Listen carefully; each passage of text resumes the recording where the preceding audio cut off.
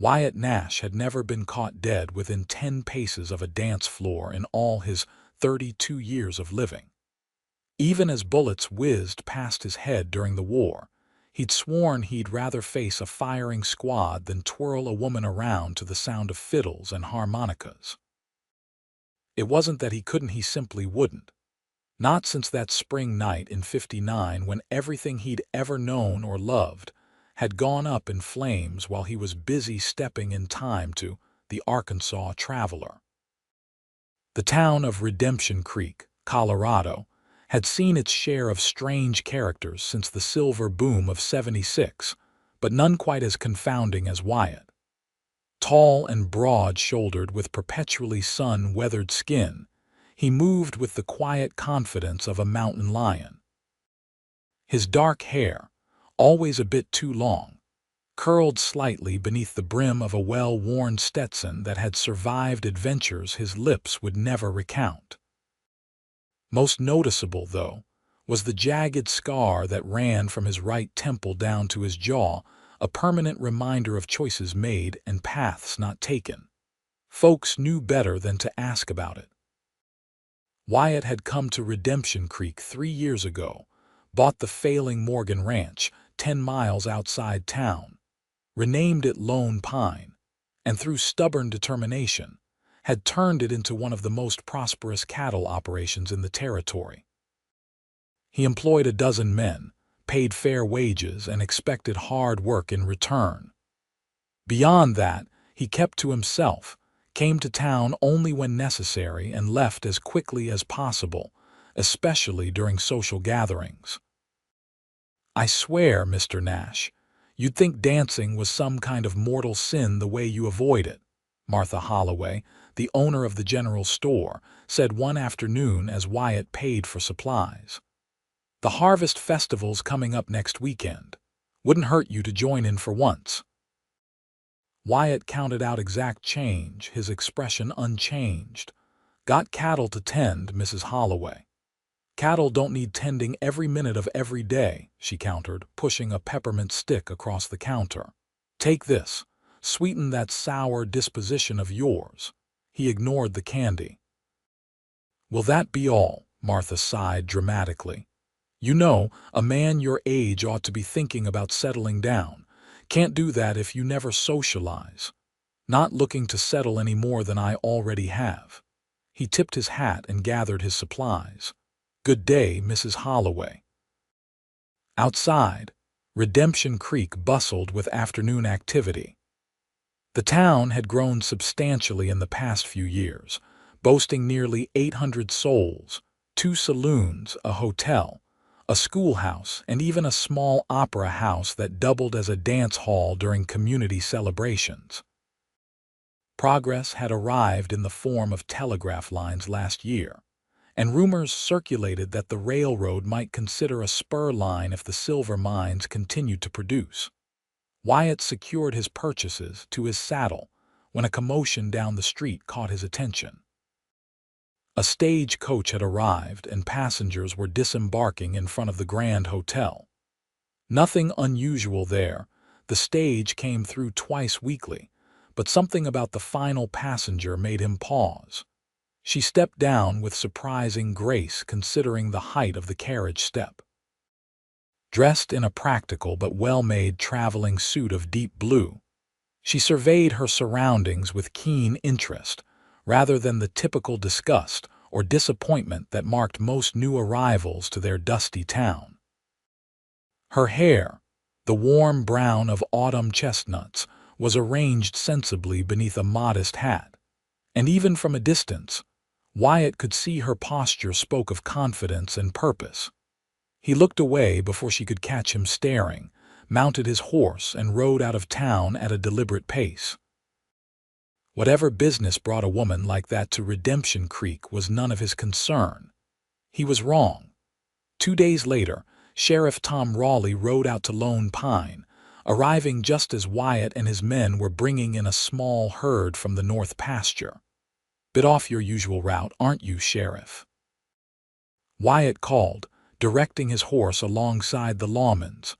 Tom Raleigh was a decent sort, honest and fair, if a bit too fond of his own authority.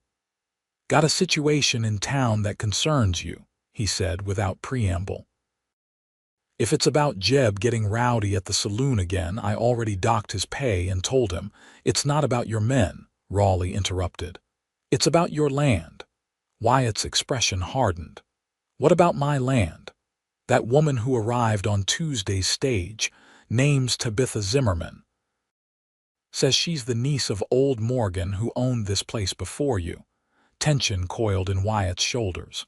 "Morgan didn't have family." "Seems he did. Miss Zimmerman's got papers, letters, legal documents.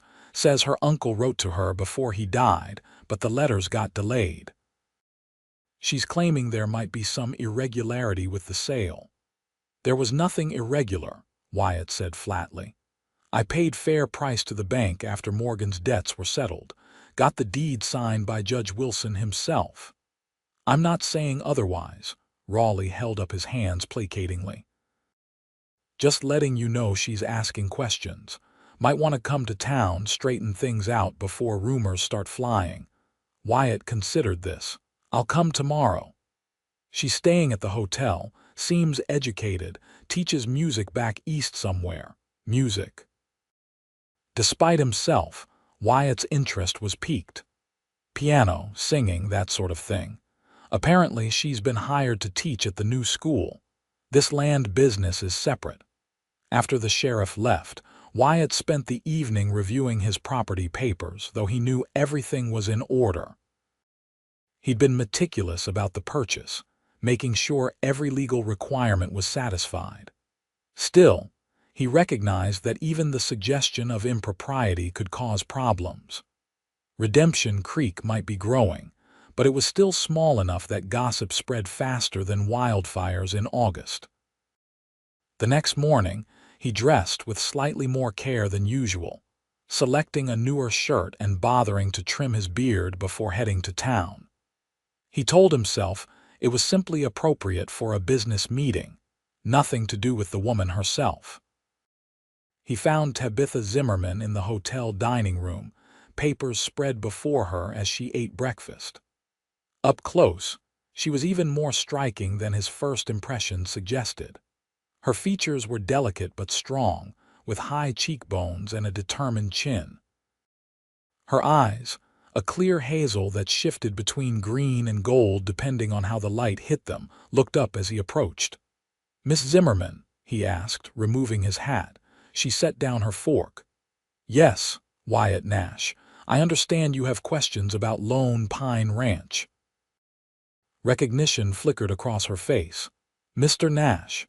"Yes, please join me." She gestured to the chair across from her. Wyatt sat, placing his hat on an empty chair. "Sheriff Raleigh mentioned your concerns. I appreciate you coming into town." Her voice was pleasant, with the refined accent of someone educated back east, but lacking the condescension that often accompanied it. "I want to be clear, I'm not contesting your ownership outright. I'm simply trying to understand what happened to my uncle's property." "Your uncle never mentioned family," Wyatt said bluntly. A shadow crossed her face. "We were estranged for many years. My father, his brother, had a falling out with him before I was born.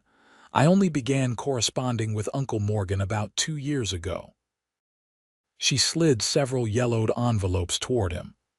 "These arrived too late. He was already gone when they were returned to me." Wyatt didn't touch the letters.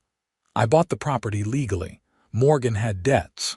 The bank foreclosed after his death. I purchased it at auction." "I understand that," she said, studying him with those disconcerting eyes.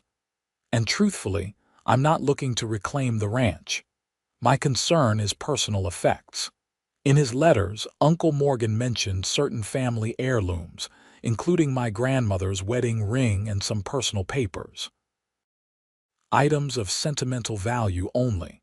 She hesitated. "He also mentioned a piano." Wyatt's jaw tightened. There was indeed a piano at Lone Pine, a fine instrument that had been inexplicably abandoned in the main house, gathering dust in the corner of what had once been a formal parlor. He'd never touched it. "There is a piano," he acknowledged. "It wasn't listed in the property inventory, so I assumed it came with the house." "It was my grandmother's," Tabitha said softly. "Uncle Morgan had it shipped from Boston at great expense when he built the house. My grandmother taught him to play as a boy." She straightened her shoulders. "Mr. Nash, I'm not here to cause trouble. I've accepted a teaching position in Redemption Creek and plan to stay. I simply hope to recover a few items that mean a great deal to my family." Wyatt found himself in an unexpected position. Everything about his legal claim to Lone Pine was solid, but he couldn't deny the sincerity in her eyes or the evidence of the letters before him. "You're welcome to come identify what's yours," he said finally. "I didn't dispose of Morgan's personal effects. Most are still boxed in the attic." Relief softened her features. "Thank you. That's most generous. As for the piano—" He hesitated. The thought of music returning to that silent house stirred uncomfortable memories. "It's yours if you want it, though transporting it to town won't be easy." Tabitha's smile transformed her face, creating small dimples at the corners of her mouth. "Actually, I've been looking for accommodations in town. The hotel is lovely but expensive for a long-term stay. I wondered if perhaps there might be a tenant house or cabin on Lone Pine property I could rent. That way, I could visit the piano regularly, even if moving it proves difficult." The request caught him off guard. "You want to live at Lone Pine?" "Not in the main house, of course," she clarified quickly. "Just somewhere on the property. I'd pay fair rent, and it would only be until I find something suitable in town." Wyatt thought of the foreman's cabin, vacant since he'd promoted Diego Rodriguez to foreman last year, and the man had moved his family into larger quarters closer to the bunkhouse. It was small but sound, with 2 rooms and a decent stove. "There's a cabin," he said slowly. "It would need some fixing up." "I'm not afraid of work, Mr. Nash," he believed her. Despite her refined manners and education, there was a practical air about her that suggested she wasn't some delicate Eastern flower who would wilt at the first sign of frontier hardship. "I'll have it readied," he decided. "You can come out day after tomorrow to look at it and go through your uncle's belongings." "Thank you." She extended her hand across the table. Wyatt hesitated briefly before taking it. Her grip was firmer than he expected, her skin warm against his calloused palm. Something unfamiliar stirred in his chest, a sensation he promptly ignored. "Day after tomorrow, then," he said, retrieving his hat and rising to leave. "Mr. Nash," she called as he turned away. Would it be terribly presumptuous to ask for a ride out to the ranch? The stagecoach doesn't go that direction, and hiring a wagon would be costly. He nodded once. "I'll come for you at 9. True to his word, Wyatt arrived at the Grand Hotel precisely at 9 o'clock 2 mornings later. He'd spent the previous day having Diego and 2 ranch hands clean the foreman's cabin from top to bottom, replace a broken window, and repair the sagging front step. He told himself it was simply good business to have a presentable property for a paying tenant. But Diego's knowing smirk suggested his foreman suspected other motivations. Tabitha was waiting in the hotel lobby, dressed in a practical green riding skirt and white blouse, her hair tucked neatly beneath a wide-brimmed hat. A small trunk and 2 carpet bags sat beside her. "Optimistic, aren't you?" Wyatt commented, nodding toward her luggage. She smiled. "Prepared. If the cabin isn't suitable, I'll simply bring these back. If it is, I'll be ready to stay." He found himself admiring her practicality. "Let's load them up, then." The ride to Lone Pine took just under an hour. Wyatt had brought the small ranch wagon rather than his horse, allowing space for Tabitha and her belongings. As they traveled, she asked intelligent questions about the operation of the ranch, the local economy, and the community of Redemption Creek. "How long have you been in Colorado territory, Mr. Nash?" she asked as they crested a hill that offered the first view of lone pines spread out below them. "Long enough," he answered vaguely. "You mentioned you're from back east." She accepted his deflection gracefully. "Boston, originally. After my parents died of influenza when I was 16, I lived with my mother's sister in Philadelphia. I taught music at a girls' seminary there until recently." "Why leave that for Redemption Creek?" She was quiet for a moment, watching the landscape. "Sometimes a person needs to start fresh." The West seemed to offer that opportunity. He understood that sentiment all too well but didn't say so.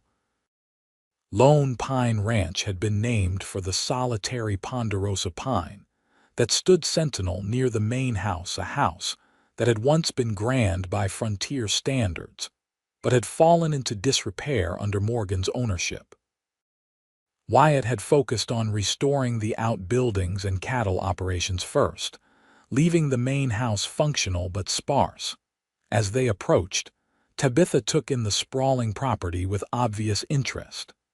The main house was a two-story structure built of local stone and timber.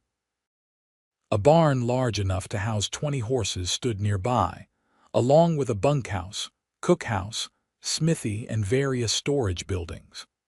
Corrals and fenced pastures spread outward in all directions, with cattle visible in the distance. Men on horseback moved among the herds while others worked around the outbuildings. "It's larger than I expected," Tabitha remarked. "Nearly 15,000 acres, Wyatt said, allowing a note of pride to enter his voice. "Good grazing land, reliable water sources." He drove past the main house toward a small cabin set about 200 yards away, partially sheltered by a stand of aspens whose leaves were just beginning to turn gold with the approach of autumn. The cabin was simple but solid, with a small covered porch and newly repaired steps. "This would be your accommodation," he said, drawing the wagon to a halt. Tabitha studied it thoughtfully. "May I look inside?" "Of course." He helped her down from the wagon, momentarily aware of the slender strength of her waist beneath his hands. She ascended the steps and pushed open the door while he remained outside, allowing her privacy to explore. The cabin consisted of a main room with a cookstove, table and chairs, and a smaller bedroom separated by a curtained doorway. Diego's wife had placed wildflowers in a jar on the table and hung fresh curtains on the window's touches Wyatt hadn't ordered but was suddenly grateful for. After a few minutes, Tabitha emerged, her expression pleased. "It's perfect, Mr. Nash. How much rent would you consider fair?" They negotiated briefly before settling on a figure that was reasonable for both. "You understand there's no running water," he warned. "The well is 30 yards behind the cabin, and winter gets harsh up here." "I'm sturdier than I look," she assured him. "And I won't be walking to town to teach when snow flies. I've already arranged to board with the Reverend's family during the worst months." With that settled, Wyatt helped unload her belongings into the cabin. "Would you like to see the main house now, to look through your uncle's things?" Tabitha nodded, and they walked the short distance to the ranch house. Wyatt was suddenly conscious of its austere appearance through fresh eyes, the sparsely furnished rooms, the lack of decoration, the general feeling of a place where someone existed rather than lived. "The piano's in there," he said, gesturing toward the parlor. Tabitha moved past him, her steps quickening as she entered the room. The piano stood in the corner, its once gleaming surface dulled by years of neglect. She approached it reverently, running her fingers along the carved wood. "Grandmother's piano," she murmured. "May I?" At his nod, she lifted the fallboard and pressed a key. The note rang out, surprisingly in tune despite its disuse. She played a simple chord progression, then smiled at the sound. "It needs proper tuning, but it's in remarkably good condition," she said, Uncle Morgan must have maintained it. He played sometimes, Wyatt found himself saying. Late at night, you could hear it from the bunkhouse when I first came to work here. Tabitha's eyes widened slightly. You worked for my uncle before purchasing the ranch. Wyatt hadn't meant to reveal that personal detail. For a short time, as a hand. She seemed to sense his discomfort and didn't press further. Would it be possible to see the attic now, for my grandmother's ring and the family papers? The attic was accessed through a narrow staircase off the upstairs hallway. Dust motes danced in the slanted beams of light from small windows at either end of the space. Wooden trunks and cardboard boxes were stacked against the walls, containing the accumulated possessions of the Morgan family. I never sorted through any of it, Wyatt admitted. Didn't seem right to dispose of it, but had no use for it either. Thank you for preserving it, Tabitha said sincerely. This means more than I can express. Over the next 2 hours, they examined the contents of trunks and boxes. Tabitha occasionally exclaiming over found treasures, her grandmother's handwritten recipe book, a family Bible with births and deaths recorded inside the cover, framed daguerreotypes of stern-faced ancestors. Eventually, she found a small rosewood box containing her grandmother's ring, a delicate gold band set with a modest pearl. Uncle Morgan kept it all these years, she said wonderingly, slipping it onto her finger where it fit perfectly. Even after the rift with my father. Wyatt, watching her from across the dusty attic, felt something shift inside him at the genuine emotion on her face. This woman's connection to her past, to family that had gone before, touched something long buried in his own heart. You're welcome to take whatever has meaning to you, he said gruffly. I've no attachment to any of it. She looked up, studying him with those perceptive eyes. Everyone should have attachments, Mr. Nash. They're what make a house a home. He didn't respond to that. Attachments were dangerous. They gave the world leverage to hurt you. Better to stand alone, needing nothing and no one.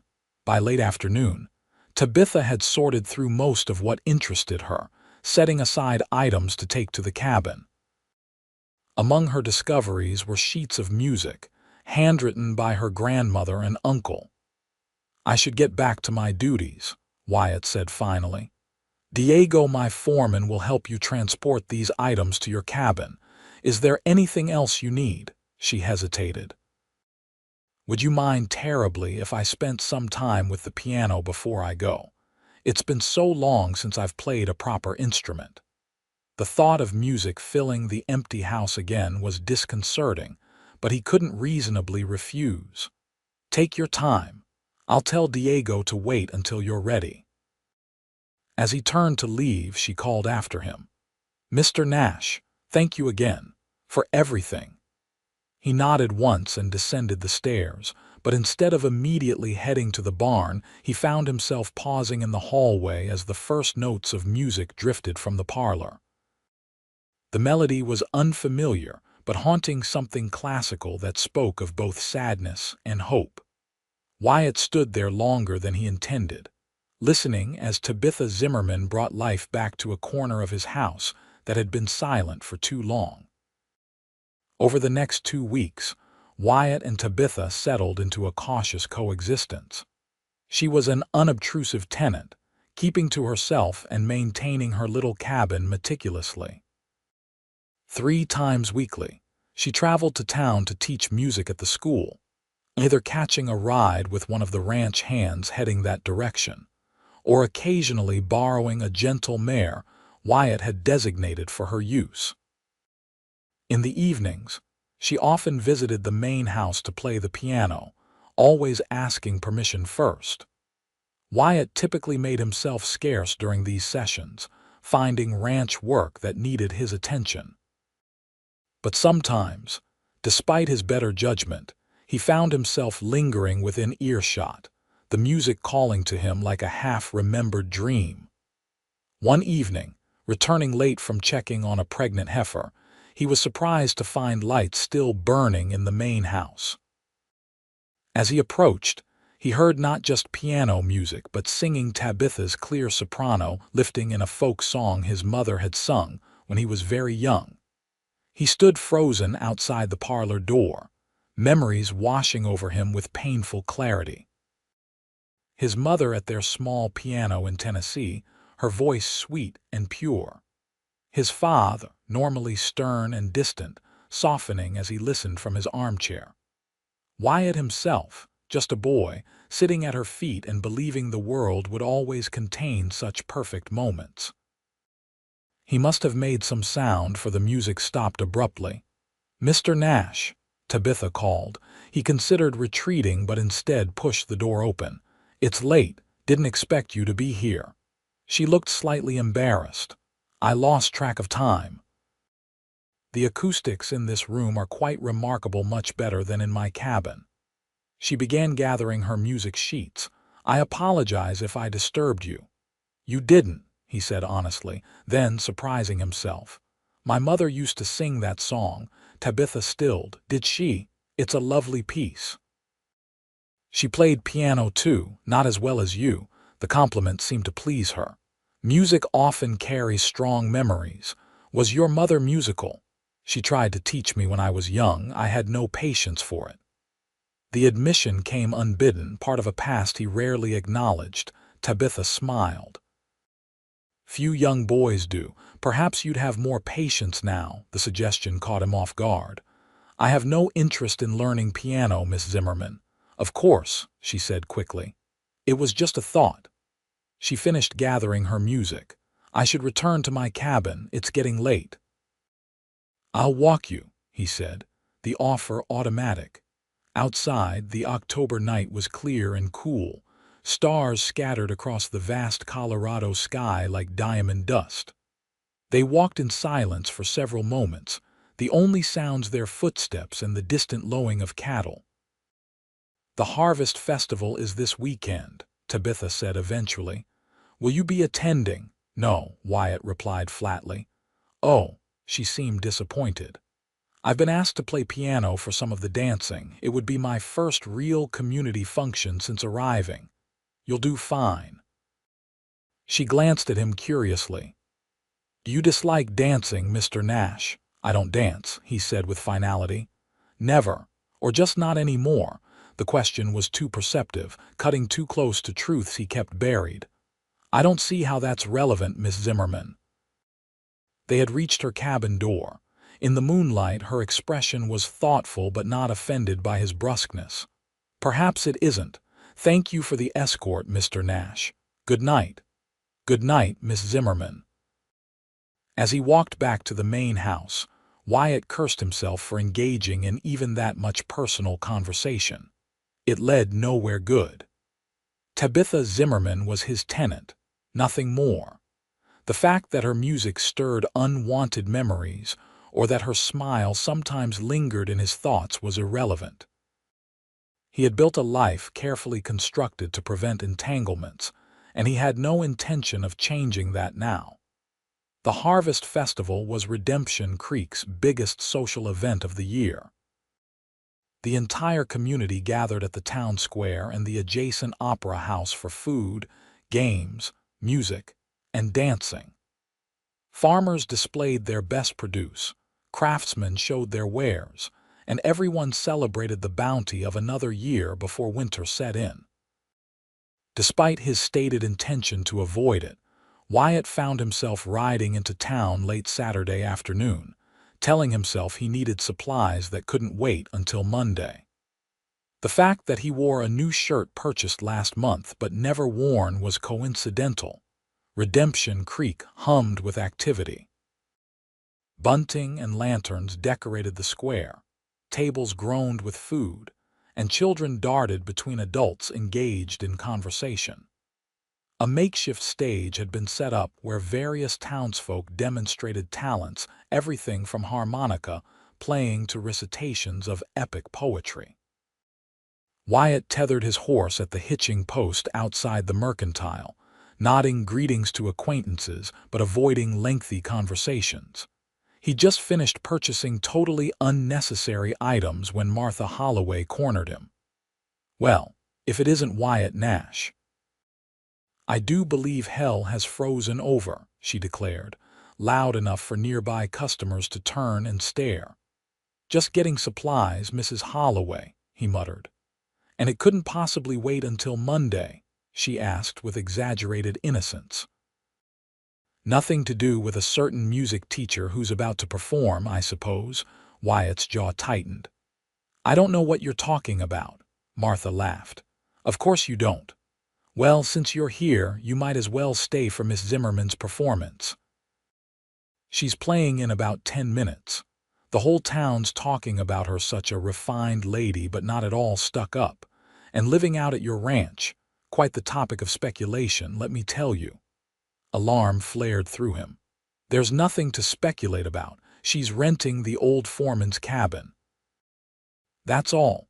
If you say so, dear." Martha patted his arm condescendingly. "Oh, there's Reverend Williams.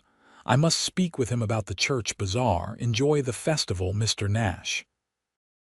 Left alone, Wyatt considered leaving immediately, but found his feet carrying him toward the opera house where a crowd was gathering. He positioned himself at the back, partially hidden by a support column, as Mayor Jenkins took the stage to introduce the next performer. "Ladies and gentlemen, we are fortunate indeed to have genuine musical culture come to our humble town. Please welcome our new music teacher, Miss Tabitha Zimmerman, who will perform several selections on the piano." The applause was enthusiastic as Tabitha took the stage. Wyatt's breath caught slightly at the sight of her.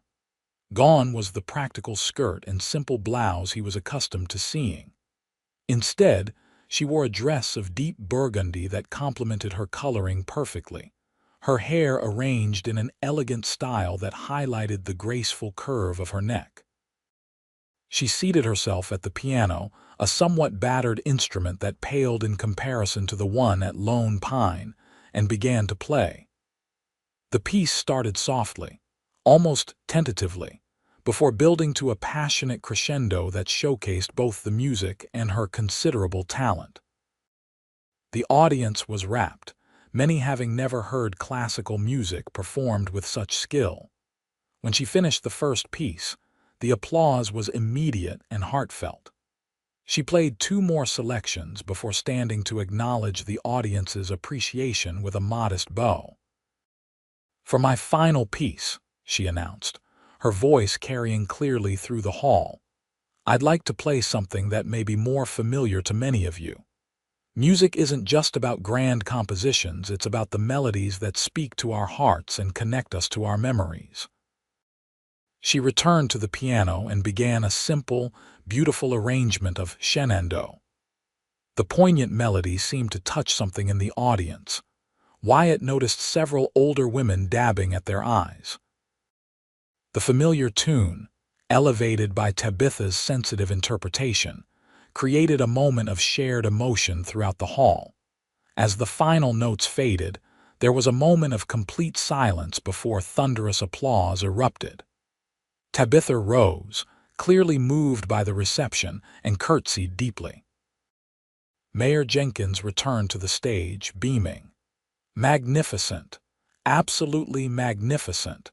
Ladies and gentlemen, I believe we can all agree that Redemption Creek has been blessed by Miss Zimmerman's arrival." He turned to her. "And now, I believe you'll be favoring us by playing for the dancing portion of our festivities." "It would be my pleasure," she agreed. The crowd began to disperse, some moving toward the refreshment tables while others helped clear space in the center of the hall for dancing.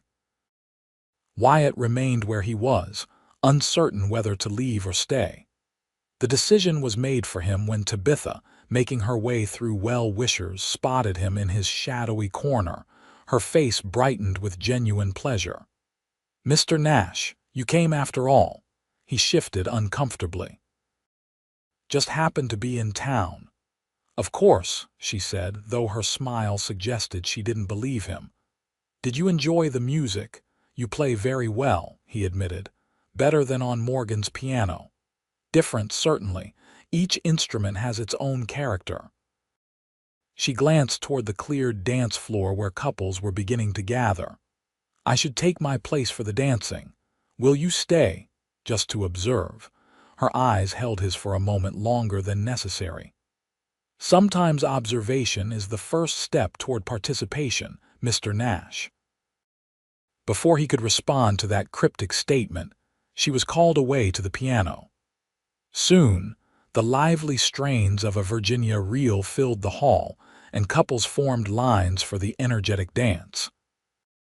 Wyatt moved to the edge of the room, leaning against the wall and watching as Redemption Creek citizens, from dignified matrons to giggling young ladies, from serious businessmen to awkward cowboys, shed their daily concerns in the joy of movement and music. Despite himself, he found his foot tapping slightly to the rhythm. After an hour of playing dance tunes, Tabitha was relieved by Fred Simmons and his fiddle for a short break. She made her way through the crowd, accepting compliments and declining dance offers with gracious smiles. Wyatt, still in his corner, was surprised when she approached him directly, a cup of punch in each hand. "You look like you could use this," she said, offering him one. He accepted it with a nod of thanks. "You must be tired after all that playing." "It's a pleasant kind of tired," she said, sipping her punch. "There's something wonderful about creating music that brings people together like this." They stood in companionable silence, watching the dancers. Fred Simmons had struck up a waltz and couples were moving around the floor in graceful circles. "Why don't you dance, Mr. Nash?" Tabitha asked suddenly, her tone gentle but direct. He stiffened. "I told you I don't dance." "That's not an answer to why." "It's the only answer you're going to get," he said, more sharply than intended. She studied him for a moment, then nodded. "I apologize for prying. It's none of my business." The music shifted to a slower, more melancholy waltz. Something in the melody must have struck Tabitha, for her expression softened, and she closed her eyes briefly, swaying almost imperceptibly to the rhythm. "This was my parents' favorite," she said quietly. "Father would hum it while twirling Mother around our parlor on Sunday afternoons. After they died, I couldn't bear to hear it for years. Now it brings comfort rather than pain." The simple confidence, offered without expectation of reciprocation, touched something in Wyatt. Before he could reconsider, words were leaving his mouth. "I was 19 when my family's farm was attacked," he said, his voice low. "Tennessee, spring of '59. There was a dance in the nearby town, first one I'd ever attended. I was so determined to go that I neglected to properly secure the livestock. My parents stayed behind to fix my mistake." Tabitha remained perfectly still, as if afraid any movement might stop his words. "Raiders came while I was gone. Confederate irregulars, though the war hadn't officially started. They were looking for horses, supplies. My father resisted." He took a breath. "By the time I got back, the house was burning. My parents were inside. Oh, Wyatt," she whispered, using his given name for the first time, "I'm so sorry." "I haven't danced since," he concluded, draining his punch cup. "Excuse me." He pushed away from the wall and strode out of the hall into the cool night air, wondering what madness had possessed him to reveal such things to this woman he barely knew. Behind him, the music continued, the sound of carefree laughter a stark contrast to the memories that now clawed at his mind. He was halfway to his horse when he heard quick footsteps behind him. "Mr. Nash, wait," Tabitha called, slightly breathless from hurrying after him. He stopped but didn't turn. "Go back to the dance, Miss Zimmerman. I shouldn't have said anything." She moved around to face him, her expression earnest in the moonlight. "But you did say something. After 3 years in Redemption Creek, you finally told someone what happened. That matters. It doesn't change anything, doesn't it?" She stepped closer. You've been punishing yourself for 13 years for something that wasn't your fault. Anger flared in him. You don't know what you're talking about, don't I? Her voice was steady. I spent years blaming myself for not being home when my parents fell ill. If I'd been there instead of at my aunt's, perhaps I could have nursed them better than the hired help. Perhaps they wouldn't have died. It's not the same. No, it's not, she agreed. But the weight of misplaced guilt is similar. And I know something else. Too holding on to it doesn't honor their memory. It just prevents you from living. Her words struck too close to home, breaking through defenses long maintained. What do you want from me, Miss Zimmerman? Her answer was simple. A dance. He stared at her, certain he'd misheard. What? One dance, Mr. Nash. Not in there, she gestured toward the hall, but right here under the stars. No audience, no expectations. I told you I don't dance. Yes, I know. Her smile was gentle but determined. Consider it a first step toward letting go of the past. Not forgetting, never forgetting, but perhaps forgiving yourself a little. There's no music, he said weakly, grasping at practical objections. I'll hum, she countered, or we can listen to what drifts from the hall. As if on cue, the strains of a slow waltz floated through the open doors. Wyatt stood frozen, torn between the instinct to flee and an unexpected, powerful desire to take what she offered, not just a dance, but a moment of human connection, a potential bridge across the chasm of his self-imposed isolation. Tabitha seemed to sense his internal conflict. With grace and extraordinary courage, she stepped forward and simply took his hand. Her touch was warm, real, anchoring him to the present moment rather than the haunted past. Just one dance, she said softly. Then you can go home and continue avoiding dances and pianos and connections for the rest of your life if you choose. Perhaps it was the music, or the moonlight, or the simple human contact after years of keeping everyone at arm's length. Whatever the reason, Wyatt Nash found himself placing his other hand at Tabitha's waist, allowing her to position his feet, and following her lead as she began a simple box step to the distant waltz. He moved stiffly at first, afraid of stepping on her toes or making a fool of himself. But Tabitha was patient, her encouragement wordless but clear in the gentle pressure of her hand on his shoulder, the subtle guidance in her steps. Gradually, he began to relax, muscle memory from that long-ago dance returning.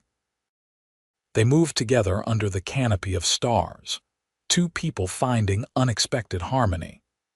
The music from the hall provided rhythm, but Wyatt realized he was no longer really hearing it, he was feeling it, through the connection of their joined hands, through the synchronized movement of their bodies. When the waltz ended, they slowed to a stop, but neither immediately stepped away. For a suspended moment, Wyatt looked down into Tabitha's upturned face, struck by the openness he saw there. No judgment, no pity, just quiet understanding and something else, something that made his heart beat faster. "Thank you for the dance, Mr. Nash," she said softly. "Wyatt," he corrected, his voice rougher than usual. "I think you've earned the right to call me Wyatt." Her smile was like sunrise after a long night. "Tabitha, then." The moment stretched, fragile and pregnant with possibility. Then from the hall came the sound of Fred Simmons announcing the final dance of the evening, breaking the spell. "I should get back," Tabitha said, reluctantly stepping away.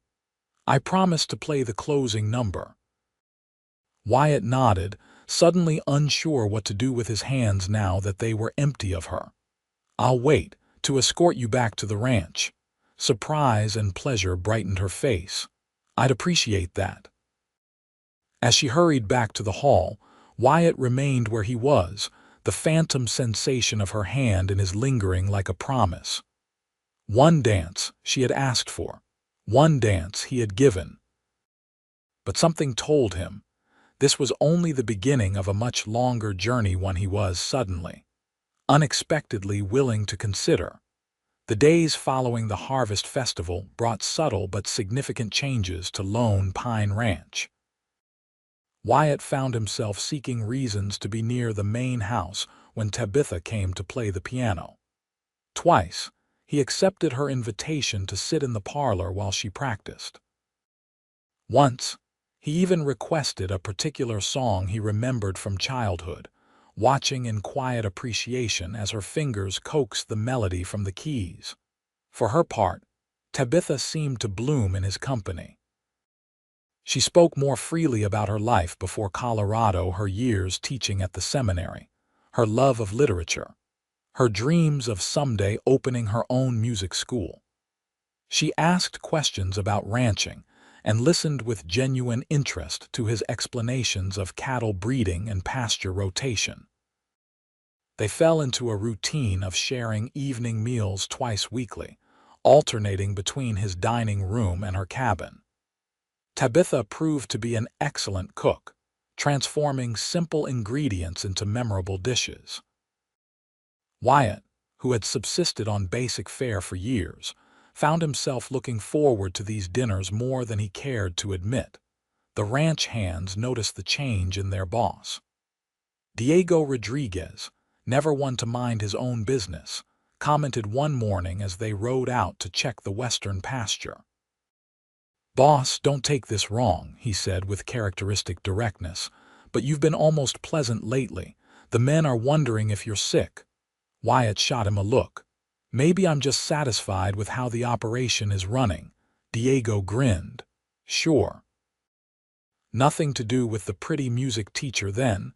Miss Zimmerman is a tenant and a friend," Wyatt said firmly. "Nothing more, if you say so."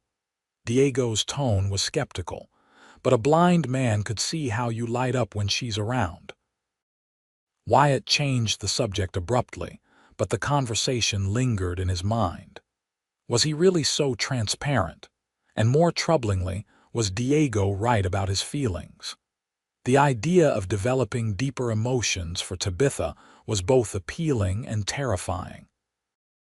After years of carefully avoiding attachments, the prospect of caring deeply for someone again meant risking the kind of pain he'd sworn never to experience a second time. November arrived with biting winds and the first dusting of snow across the high country. Winter came early to this part of Colorado, and with it, new challenges for the ranch.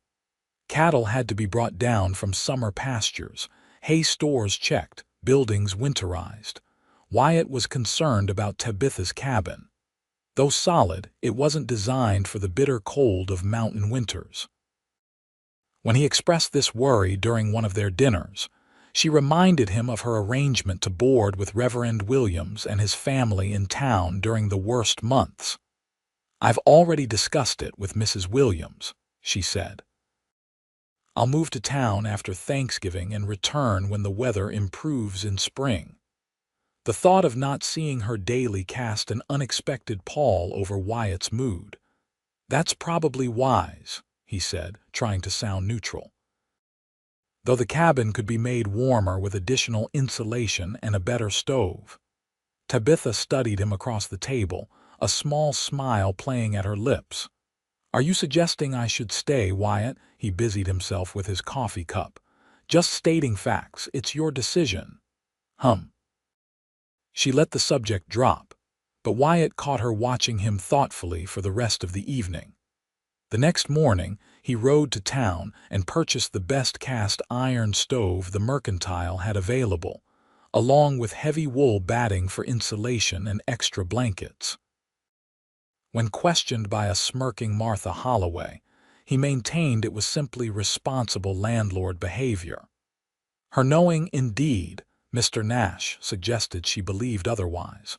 Wyatt and Diego installed the new stove 2 days later, working to properly vent it and ensure it would provide maximum heat. They added the insulation beneath the floorboards and in the roof space, making the small cabin considerably snugger.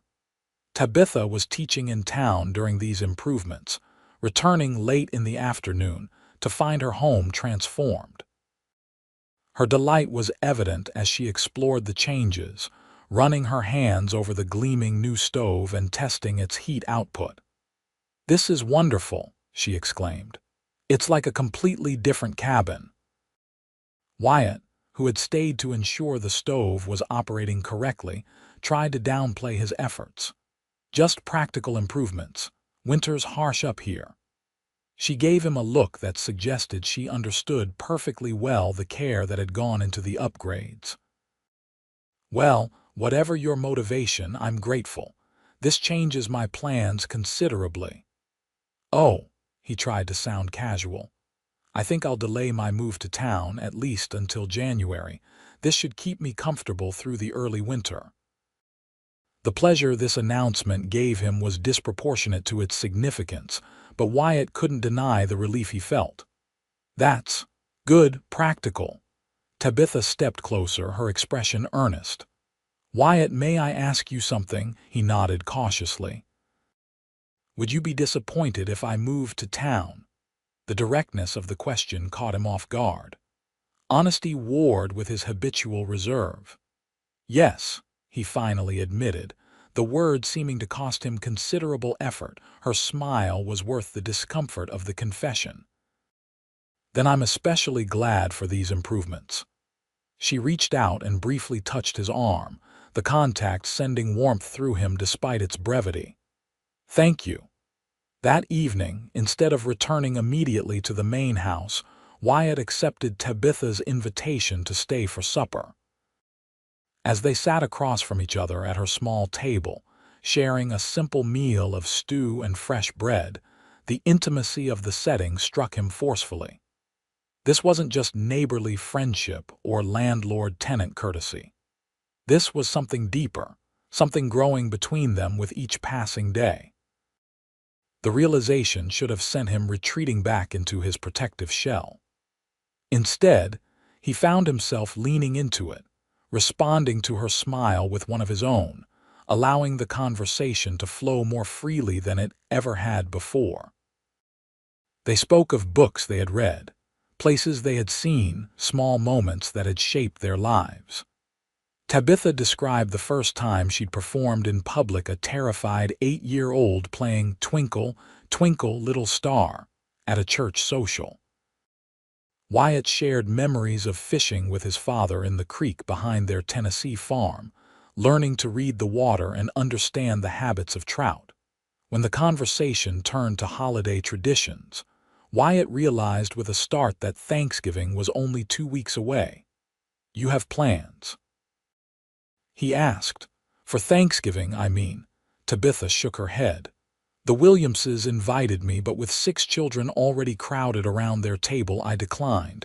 I thought I might have a quiet dinner here." Alone. The idea bothered him more than it should have. "I've had many holidays alone," she said without self-pity. "It doesn't diminish the day." Wyatt hesitated, then plunged ahead before he could reconsider. "Have dinner with me, at the main house." Surprise flickered across her face, followed by pleasure. "Are you sure?" "I know you value your privacy." "I'm sure," he said, surprising himself with how certain he felt. "Unless you'd prefer solitude." "I'd be honored to share Thanksgiving with you," she said softly. The 2 weeks before Thanksgiving passed in a flurry of ranch work for Wyatt and teaching for Tabitha. The weather held relatively mild for November, allowing both to maintain their routines without difficulty. They continued their shared meals, each one strengthening the connection between them. Wyatt found himself thinking of Tabitha at odd moments throughout his days, wondering if she would enjoy the sunset from the western ridge. Imagining her reaction to the family of foxes he spotted near the creek, looking forward to telling her about Diego's youngest daughter taking her first steps. Small things, ordinary things, but somehow transformed by the prospect of sharing them with her. For Thanksgiving, Wyatt arranged to have Mrs. Rodriguez prepare traditional dishes in the cookhouse before taking the holiday off with her family. The morning of the celebration dawned clear and cold, with fresh snow blanketing the ranch in pristine white. Wyatt spent extra time grooming himself, trimming his beard and selecting his best shirt and vest. When Tabitha arrived at the main house mid-afternoon, she took his breath away. She wore a dress of deep forest green that complemented her coloring perfectly, her hair arranged in an elegant knot with a few tendrils framing her face. In her hands, she carried a covered dish that filled the air with the scent of cinnamon and nutmeg. "Apple cobbler," she explained, following his gaze to the dish. "My mother's recipe. I hope you like sweets." "On occasion," he said, taking the dish from her and ushering her inside. "You look very nice." It was an inadequate compliment for how she appeared, but Tabitha accepted it with a warm smile. "Thank you. So do you." The main house had been transformed for the occasion. Wyatt had cleaned thoroughly, arranged fresh pine boughs on the mantel, and set the dining table with the good china that had remained unused in the sideboard since he'd purchased the property. A fire crackled in the hearth, casting dancing light over the polished wood floors. Tabitha took it all in with evident appreciation. "Wyatt, this is lovely. You've gone to such effort," he shrugged, uncomfortable with the praise but pleased by her reaction. It seemed appropriate for the holiday. They moved to the dining room where the table was already laid with a feast: roast turkey, mashed potatoes, gravy, stuffing, cranberry sauce, and various vegetable dishes. "Mrs. Rodriguez outdid herself," Tabitha commented. "She enjoys having someone appreciate her cooking," Wyatt said. "The hands aren't always as thankful as they should be." They seated themselves at the table, Wyatt at the head and Tabitha to his right. There was a moment of slightly awkward silence before she spoke. "Would you mind if I said grace? It's tradition in my family." "Please," he gestured for her to proceed. She bowed her head, and after a moment's hesitation, he did the same. "Dear Lord, we thank you for this beautiful day and the bounty before us. We're grateful for the hands that prepared this meal, for the land that provides our sustenance, and for the company we share. Bless this food to our use and us to your service. Amen." "Amen," Wyatt echoed, the familiar words bringing unexpected memories of his mother's Thanksgiving prayers. They began serving themselves, the initial formality gradually giving way to comfortable conversation. Tabitha shared amusing stories about her music students' progress and misadventures, while Wyatt found himself talking more openly than usual about the challenges and satisfactions of running the ranch. "I never expected to be a rancher," he admitted as they lingered over second helpings. "After the war, I drifted west with no particular purpose. Working cattle was just a way to earn meals at first." "What changed?" Tabitha asked. He considered the question. "I found I had a knack for it, understanding cattle, reading weather, managing land. And I liked the open spaces, the distance from towns and crowds. The solitude," she suggested. "That too at first," he acknowledged, though lately." He trailed off, uncertain how to express the shift in his thinking.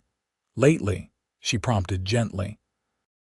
"Lately, I've been reconsidering the value of solitude," he finished, meeting her eyes directly. The air between them seemed to thicken with unspoken possibilities. Tabitha's cheeks colored slightly, but she held his gaze. "I'm glad to hear that," she said softly. After dinner, they moved to the parlor with coffee and Tabitha's apple cobbler. The intimate setting, with just the firelight and a few lamps illuminating the room, created an atmosphere that felt separate from ordinary time, a pocket of warmth and connection in the vast, cold landscape beyond the windows. Tabitha settled herself at the piano, her fingers moving lightly over the keys without pressing them. "Would you mind if I played something, as a thank you for this wonderful dinner?" "I'd like that," Wyatt said, settling into an armchair with his coffee. She began with a gentle melody. He didn't recognize something that spoke of gratitude and contentment. As she played, Wyatt found himself watching not just her hands but the expressions that crossed her face, the slight furrow of concentration between her brows, the soft smile when she reached a particularly pleasing phrase, the way she sometimes closed her eyes briefly, lost in the music. When she finished, she turned on the bench to face him. "That was Beethoven's Für Elise, do you know it?" He shook his head. "It's beautiful. Would you?" She hesitated, then continued with quiet courage. "Would you like to dance again, Wyatt?" The question hung in the air between them. A month ago, he would have refused immediately, retreating behind his wall of painful memories. Now, looking at Tabitha's hopeful expression, he found the reflexive refusal dying on his lips. "How would that work with you playing?" he asked instead. Her smile brightened at what was not a rejection.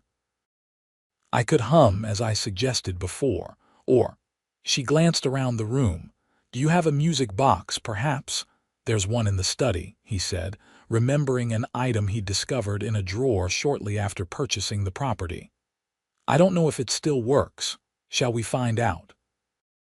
They moved to the small study off the main hallway, where Wyatt rummaged through a desk drawer before producing a tarnished silver music box. He wound the key experimentally, and to their mutual surprise, the mechanism still functioned, producing a tinkling rendition of "Beautiful Dreamer." "Perfect," Tabitha declared, setting it on the desk where the sound could fill the room. She turned to Wyatt, extending her hand. "May I have this dance, Mr. Nash?" This time, there was less hesitation. He took her offered hand, placed his other at her waist, and began to lead her in a simple waltz around the confines of the small study. They moved together more naturally than before, finding a shared rhythm that felt both new and somehow familiar. "You're a quick learner," Tabitha observed as he guided her through a turn. "Or perhaps I've found the right partner," he replied, surprising himself with the sentiment. Her eyes, looking up into his, reflected the lamplight, and something deeper, a warmth that called to him like a beacon in the wilderness of his solitary existence. The music box played on, but Wyatt barely heard it now, his attention fully captured by the woman in his arms and the extraordinary feeling of rightness in this moment. As the melody wound down, their steps slowed until they were barely moving, simply standing close together in the middle of the room. Wyatt was acutely aware of Tabitha's hand in his, the slight pressure of his palm at her waist, the way her breath quickened slightly when he drew her fractionally closer. "Tabitha," he said, his voice rougher than intended. "Yes." Her response was barely above a whisper. Words failed him. Instead, with a courage born of newfound emotion rather than battlefield necessity, Wyatt Nash lowered his head and gently pressed his lips to hers. The kiss was brief, tentative, a question rather than a demand. When he drew back slightly, uncertainty clouding his expression, Tabitha answered by rising on her toes to return the kiss with gentle assurance. Time seemed to stand still in that moment, past regrets and future uncertainties temporarily suspended in the simple, profound connection of two people discovering in each other the possibility of a shared life rather than parallel solitude. When they finally separated, Tabitha's eyes were bright with emotion. "I've been hoping you might do that," she admitted with characteristic honesty. A smile rare and genuine transformed Wyatt's usually stern features. "I've been thinking about it more than I should admit." She laughed softly. "I believe in this case, actions speak louder than admissions."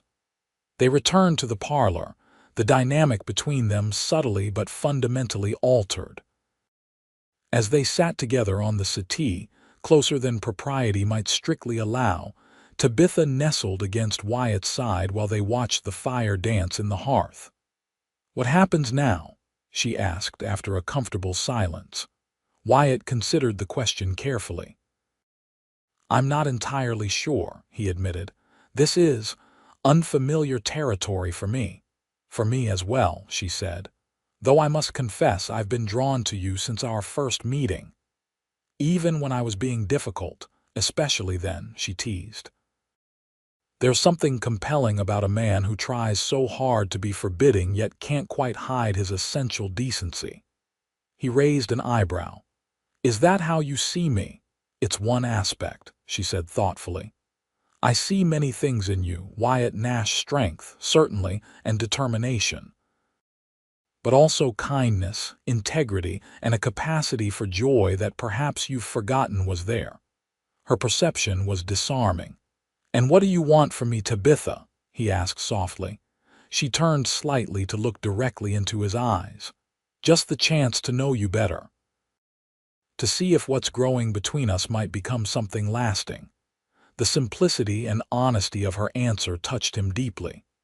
I'd like that too, he said, though I should warn you I'm out of practice at caring for someone. We can learn together, she suggested, taking his hand and twining her fingers with his. As the fire burned low and the November night deepened around the ranch house, Wyatt Nash and Tabitha Zimmerman began to tentatively map the contours of a future neither had anticipated, but both now found themselves eager to explore. December brought heavy snows and temperatures that plummeted well below freezing. Despite the new stove and insulation, Tabitha's cabin became increasingly difficult to keep warm as winter tightened its grip on the Colorado high country.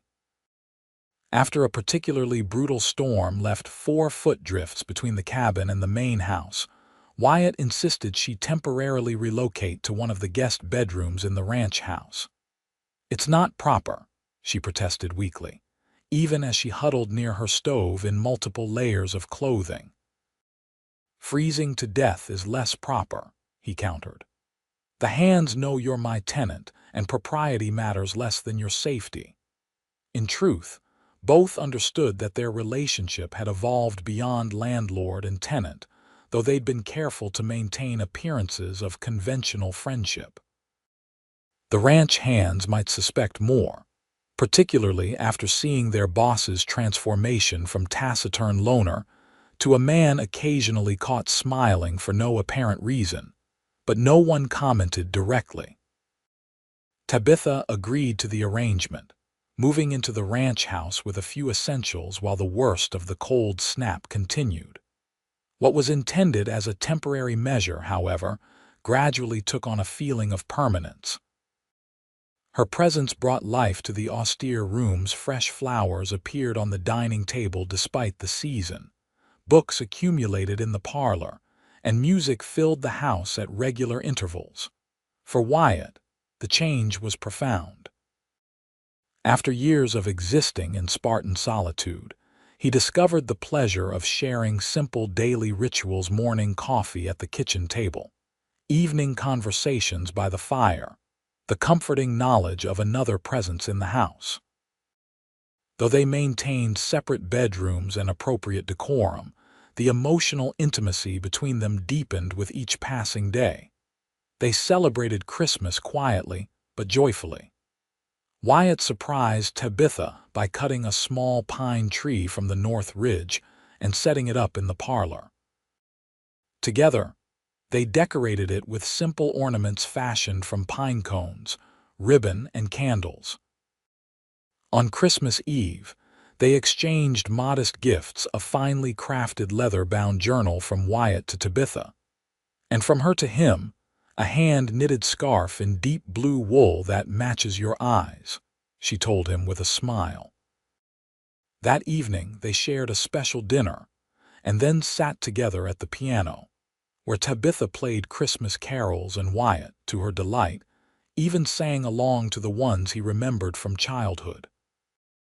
Later, as they stood before the fire, the room illuminated only by the tree candles and the hearth's glow, Wyatt took both her hands in his. "Tabitha," he began, uncharacteristic nervousness evident in his voice, "these past weeks, having you here." He paused, searching for words. She squeezed his hands encouragingly. "Yes, I don't want to go back to how things were before, he said finally.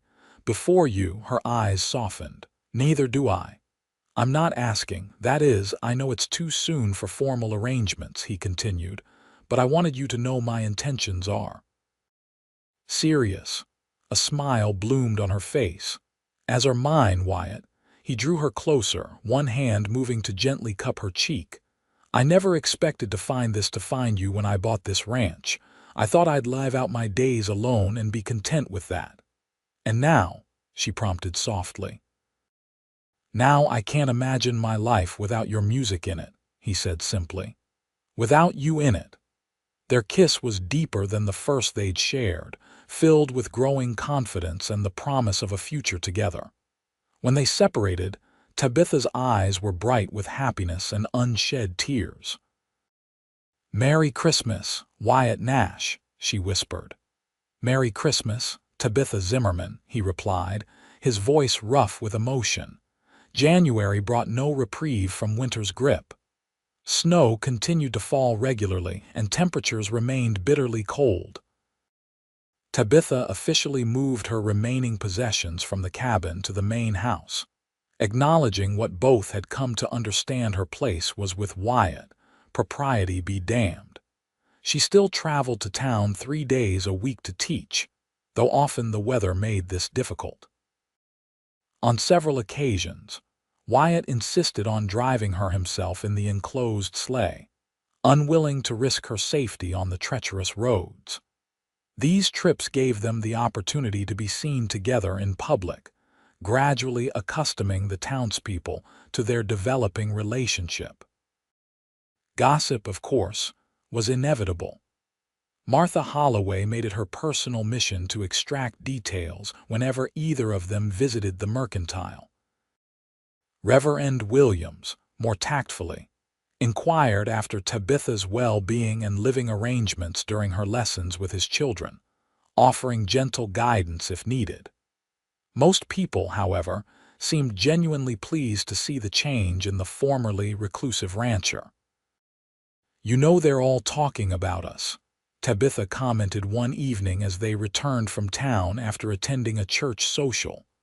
Let them talk, Wyatt replied, tucking the lap blanket more securely around her in the sleigh. Does it bother you? She considered this. Not the talk itself, no. But I am conscious of not wanting to damage your reputation in the community. He chuckled. My reputation was as a standoffish curmudgeon who avoided social gatherings and never danced. I'd say any change is an improvement. His easy humor, once so rare, had become more frequent in recent months, another sign of the transformation Tabitha had brought to his life.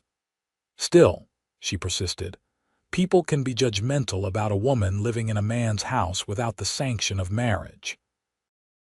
Wyatt was quiet for a moment, guiding the horses through a particularly deep drift before responding. Would marriage solve your concerns? Tabitha's breath caught. Wyatt Nash, if that's a proposal, it leaves much to be desired in terms of romance. Despite the darkness, she could see his smile. It wasn't. When I propose and I will, you'll know it. The promise warmed her more effectively than the blanket or the hot bricks at their feet. February brought Valentine's Day, and with it, Wyatt's opportunity to make good on his promise. He planned carefully, enlisting Diego's help for certain arrangements while sending Tabitha to town for the day on the pretext of needing special supplies that only she could select. When she returned in the afternoon, the ranch house had been transformed. Fresh flowers, a miraculous feat in midwinter, accomplished through Diego's sister-in-law who worked at the hotel and had access to their conservatory, adorned every room. The dining table was set with the finest china and crystal, candles ready to be lit. Wyatt. She called, removing her coat and gloves in the entryway. What's all this? He appeared from the kitchen, looking uncharacteristically nervous. He dressed in his best suit, the one he'd purchased in Denver last fall but had never worn. His hair was freshly trimmed, his beard neatly groomed. Welcome home, he said, taking her packages and setting them aside. "I hope your trip to town was successful." "It was, though I'm still not sure why I needed to select new hinges with such specific dimensions," she said suspiciously. "Especially since Mr. Johnson at the hardware store seemed confused by my request." Wyatt had the grace to look slightly sheepish. "I may have invented that errand." "I suspected as much," she said, gesturing to the flowers and candles. "This explains a great deal." "Is it a special occasion I've forgotten, Valentine's Day?" he reminded her. "But also, something else, something more important."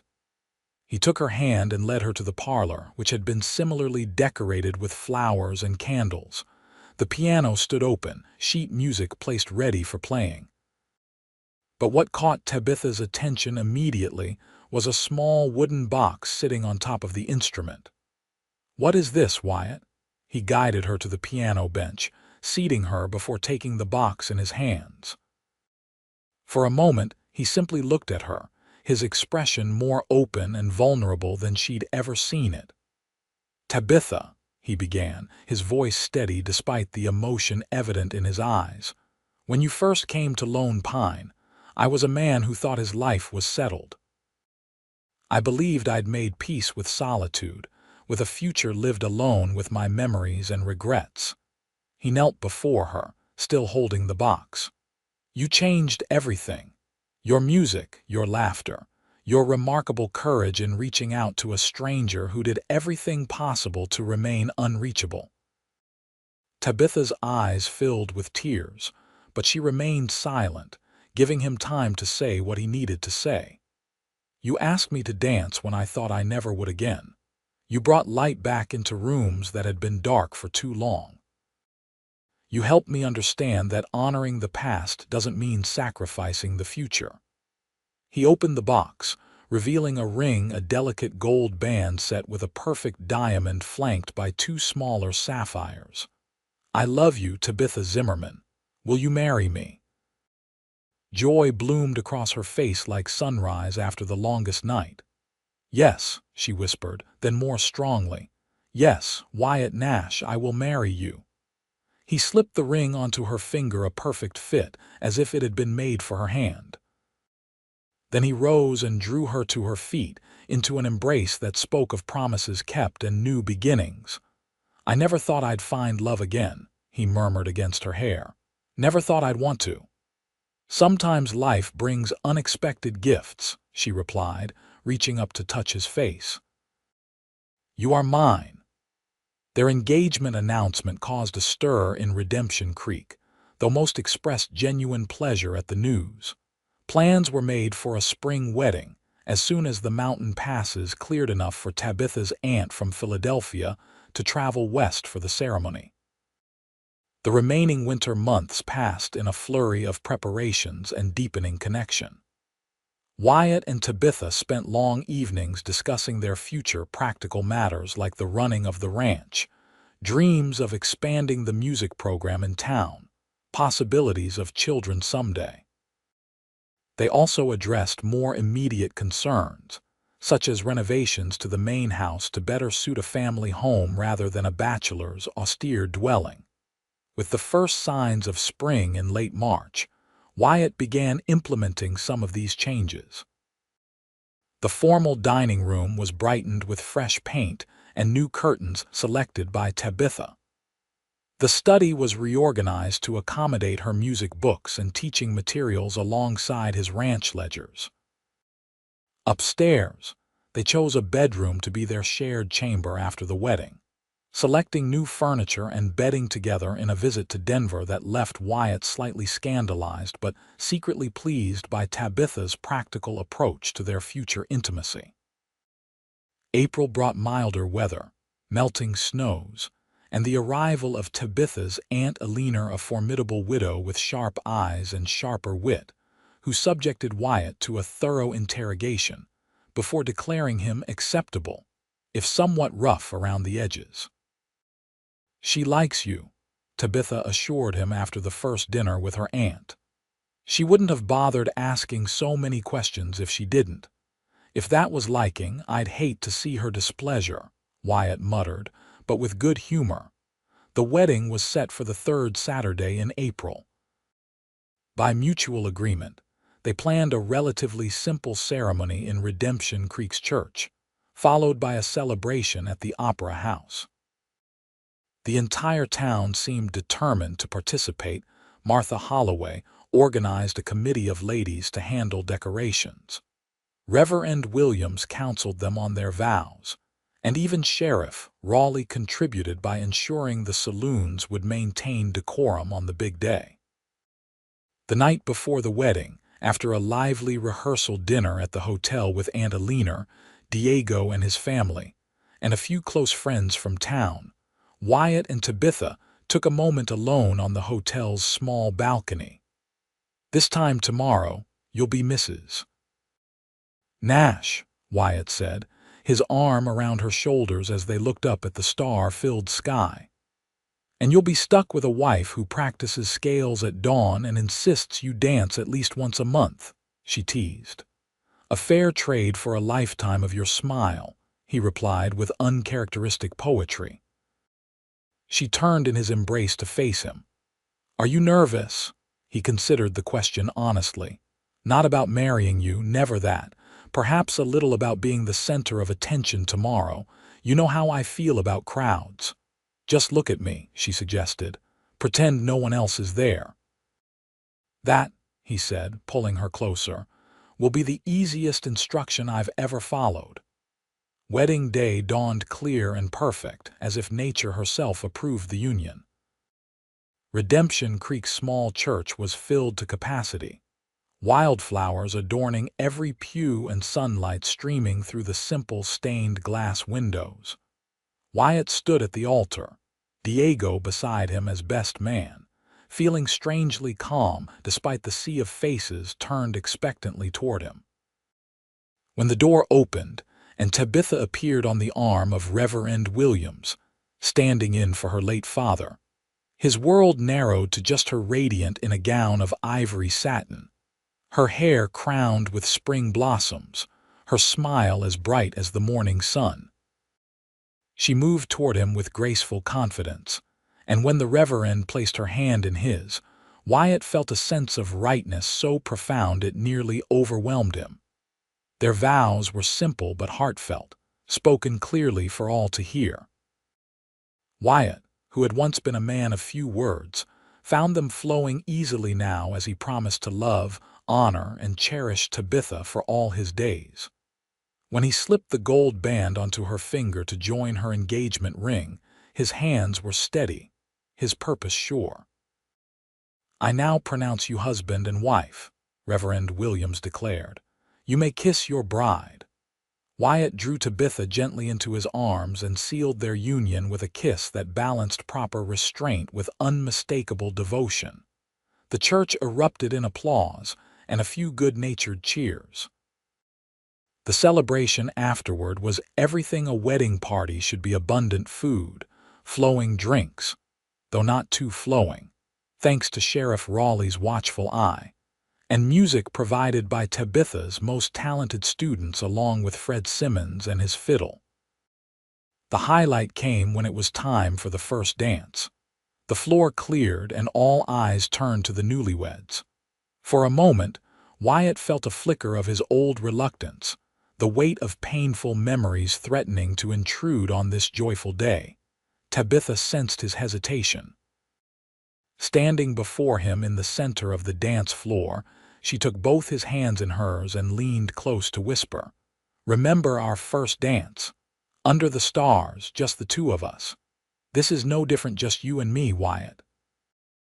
He looked into her eyes that had seen past his defenses from the very beginning, that had recognized the man he could be even when he'd forgotten himself. Drawing strength from her unwavering faith in him, Wyatt Nash took his wife in his arms and led her in a waltz as graceful and confident as if he'd been dancing all his life. As they moved around the floor, other couples gradually joined them, but Wyatt remained focused solely on Tabitha, on the joy in her expression, the trust in her touch, the promise of their future written in every shared step. "Happy, Mrs. Nash?" he asked softly. "Perfectly," she replied. "And you?" He drew her imperceptibly closer. "Propriety be damned." "More than I ever thought possible." The music continued, and so did they, two people who had found in each other not just love but healing, not just companionship but completion. And as the afternoon light slanted through the opera house windows, casting golden beams across the dance floor, Wyatt Nash, a man who once had sworn never to dance again, moved in perfect harmony with his wife, each step taking them further from solitary pasts and deeper into their shared future. Epilogue.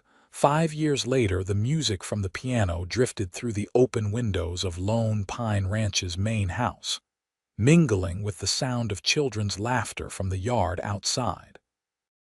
Tabitha Nash's fingers moved expertly over the keys, playing a simple melody while her 4-year-old daughter, Eleanor, sang along in a sweet, if not entirely on-key voice. "Again, Mama," the little girl demanded when the song ended, her hazel eyes so like her mother's, bright with enthusiasm. "One more time," Tabitha agreed, "and then we need to finish preparing for Papa and James to return." She began the song again, smiling as Eleanor's dark curls bounced with her energetic movements. At the far end of the parlor, 2-year-old James's wooden blocks lay abandoned evidence of the young boy's earlier play before he'd convinced his father to take him along to check the nearby pastures. The past 5 years had transformed Lone Pine Ranch from merely a successful cattle operation to a true family home. The once sparse rooms now overflowed with the comfortable clutter of a well-lived life: children's toys, books, musical instruments, family portraits. The kitchen garden had expanded to include not just vegetables but flowers and herbs, and a small orchard of apple trees was beginning to produce its first modest harvest. Tabitha herself had undergone changes as well. While still teaching music in town 2 days a week, she had focused much of her energy on raising their children and creating a harmonious home. Motherhood suited her, bringing new depth to her already generous spirit and a fierce protectiveness that sometimes surprised even herself. Wyatt had perhaps changed the most dramatically. The guarded, solitary man who had once avoided human connection now moved through life with open joy, especially where his family was concerned. He remained a respected rancher, his operation now one of the most prosperous in the territory, but his greatest pride came from the moments shared with his wife and children, teaching James to ride his first pony, listening to Eleanor's beginning piano lessons, holding Tabitha close under the stars on their private evenings on the porch. The sound of horses approaching interrupted Tabitha's playing. Eleanor scrambled down from the piano bench and raced to the window. "Papa's back, and James," she announced excitedly. "Can I go meet them?"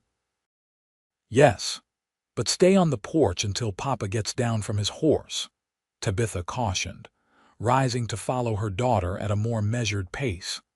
Outside, Wyatt was just dismounting, carefully lifting little James from where the boy had been securely seated before him. Eleanor bounded down the porch steps, ignoring her mother's instructions as usual, and threw herself into her father's arms the moment he set James on his feet. "Papa, I learned a new song on the piano," she declared as he swung her up into a hug. "Did you now?" Wyatt replied, his face transformed by the smile he reserved for his children. "You'll have to play it for me after supper." "I will, and I didn't miss any notes, not even the hard ones," she assured him with typical confidence. "That's my girl." He set her down and turned to greet Tabitha, who had descended the steps with James now perched on her hip. "How are the new calves?" she asked, accepting his kiss. "Healthy and strong," he reported. "Diego thinks we'll have a record season." He took James from her, tousling the boy's dark hair. And this young cowboy was a big help, weren't you, son? James nodded solemnly. I counted cows, Mama. All the way to 3, Wyatt added with a wink at Tabitha. Very impressive, she said seriously, though her eyes danced with amusement. Now both of you should wash up. Supper will be ready soon. The family meal was lively, as always, with Alina chattering about her piano progress, James attempting to contribute with his limited vocabulary, and Wyatt and Tabitha exchanging glances of shared contentment over their children's heads. After the dishes were cleared, as promised, Alina performed her new piece for her father, beaming with pride at his enthusiastic applause. Later, once the children were tucked into bed and the house had quieted, Wyatt and Tabitha sat together on the porch swing, watching as the first stars appeared in the deepening twilight. His arm was around her shoulders, her head rested against him in the comfortable familiarity of long marriage. I had a letter from Aunt Alina today, Tabitha mentioned. She's considering visiting this summer. Heaven help us, Wyatt groaned, though without genuine concern. Over the years, he'd developed a grudging affection for his formidable aunt-in-law. The children will be impossible after she spoils them rotten. She claims it's her prerogative as their only great aunt, Tabitha laughed. Oh, and Martha Holloway cornered me at the Mercantile today. The town is planning a 10th anniversary celebration for the founding of the school, and they want me to organize a special music program. You'll do it beautifully, he said with complete confidence. Will you have the children participate? Alina, certainly. She's ready for a public performance. James can perhaps ring a bell at an appropriate moment. They shared a smile at the image of their son's likely enthusiastic but imperfectly timed contribution. I was thinking, Wyatt said after a comfortable silence, about the spring dance next month. Tabitha looked up at him curiously. What about it? I thought we might attend. He paused. Together, as a family. Her smile was radiant in the gathering darkness.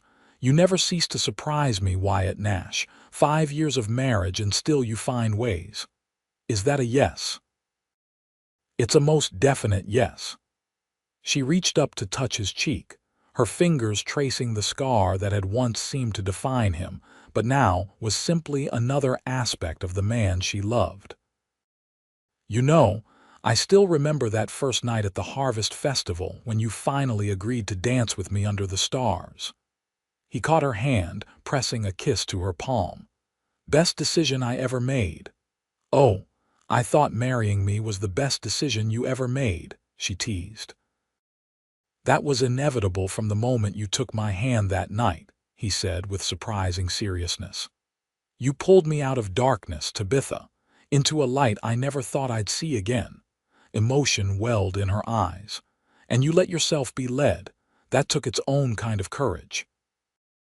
I found my courage in you, he said simply. As the night deepened around them, Wyatt Nash held his wife close, profoundly grateful for the journey that had brought them to this moment, from solitary souls to a family bound by love, from painful pasts to a joyful present, from darkness into enduring light. And somewhere in the house behind them, a piano waited for tomorrow's music, its presence a constant reminder of how a reluctant cowboy and a determined music teacher had found in each other the perfect countermelody to life's complex song.